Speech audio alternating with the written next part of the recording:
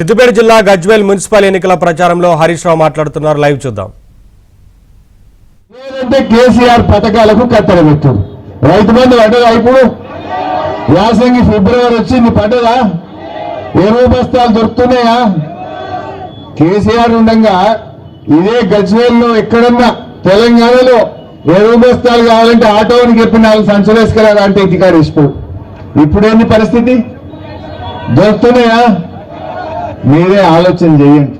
అందుకే దయచేసి మన గజ్వేల్ గౌరవం పెరగాలన్నా తగ్గాలన్నా, గజ్వేల్ ప్రతిష్ట పెరగాలన్నా తగ్గాలన్నా, గజ్వేల్ అడ్డా గజ్వేల్ అడ్డా గజ్వేల్ అడ్డా మాటల్లో కాదు, 11 తారీఖు నాడు ఓట్లలో కనబడాలి.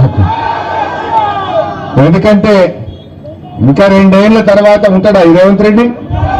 మళ్ళీ ఎవరు వస్తారు ముఖ్యమంత్రిగా? అప్పుడు మన గజ్వేల్ కేసీఆర్ ఉంటారా ఉండరా? మరి ఈ పిల్లలు మీ దయ ఉంటే 5 ఏళ్ల కోసం గెలుస్తారు, 5 ఏళ్ల కోసం గెలుస్తారు. 2 ఏళ్ల తర్వాత మళ్ళీ కేసీఆర్ వచ్చినాక ఉరికాయా మన పనులు? ఉరుకుతాయా? ఉరికాయా?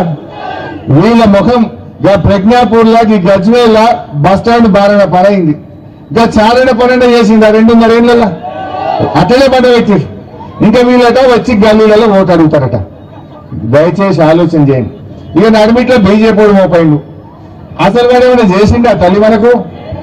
అరే ఎరువు బస్తాల ధర పెంచిండు, పాల ధర పెంచిండు, జిఎస్టీ పెట్టిండు. కేసీఆర్ గిడకి రామాలయం ఎంత మంచి కట్టించండి. మున్పట్లకనే ఉందా రామాలయం? గా శివాలయం ఎంత మంచి కట్టిండు, గా పాండవుల చెరువు ఎంత మంచిగా చేసిండు, గా రాజీవ్ పార్క్ ఎంత మంచిగా అయింది. ఆలోచన చేయండి.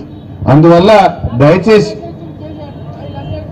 దయచేసి నేను మీతో కోరేది ఈ మనం సర్దిదిండ రేవు తలవాలి. మీరు బీజేపీ వాళ్ళు వచ్చి పైసలు బాగా తెచ్చి పంచుతారట. బీజేపీ వాళ్ళు ఏం చేసిందని నేను అంటున్నా. గజ్వేల్లో బీజేపీ నుంచి ఒక రోడ్ అయిందా? ఓ మార్కెట్ కట్టిందా? ఒక మోరీ కట్టిందా? మంచినీళ్లు తెచ్చిందా?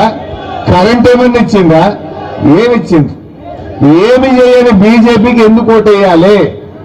మా అంటే గజ్వేల్లో 1 2 గెలుస్తామంటుండ్రు. ఆ 1 2 వాళ్ళు చైర్మన్ అయ్యేది ఉన్నదా? ఆ 1 2 వాళ్ళు ఏమైనా ముంగట పడేది ఉన్నదా? మరి మనం ఎందుకు బీజేపీకి వేద్దాం? బీజేపీకి ఆ పువ్వు గుర్తు ఓటేసుడంటే మోరీలేసుడే. నిన్న వచ్చే బీజేపీ ఎంపీ వాళ్ళ నిజం ఎంత ఉంటుందంటే, మిషన్ కాకతీయ ఖర్చు అయింది 5,000 అయితే వాడు 50,000 కోట్లు తిందని మాట్లాడు. అంటే ఎంత ఫాల్తు మాటలు, ఎంత గలత్ మాటలు చెప్తారో మీరు అర్థం చేసుకోండి. మీ కళ్ళ ముందు నేనేందో చెప్తున్నాను కాదు. పొద్దున్న లేస్తే మీరు నల్ల తిప్పుతారు. ఆ బిందెల పడే నీళ్లలో కేసీఆర్ కాలు కనబడదా? మీ ఇంట్లోకి వెళ్ళి కాలు బయట పెడితే మీ కాలుకు దుమ్మంటకుండా కట్టిన సీసీ రోడ్డు కేసీఆర్ది కాదా? మార్కెట్కి వచ్చి కూరగాయలు కొంటే ఆ మార్కెట్ కేసీఆర్ది కాదా? కళ్ళ ముందంటే కనబడ్డది చూసి ఓటైంది. ఎవడో చెప్పుడు మాటలు కాదు, ఎవడో చెప్పే అబద్ధాలు కాదు, మీ కళ్ళ ముందు కనబడుతుంది కదా. గజ్వేల్ చుట్టూ ఎంత అందమైన ఔటర్ రింగ్ రోడ్ వచ్చింది.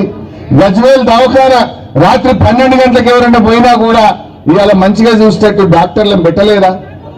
అరే ఒకప్పుడు గజ్వేల్ దవాఖానలో పందులుంటుండే అన్ని. కేసీఆర్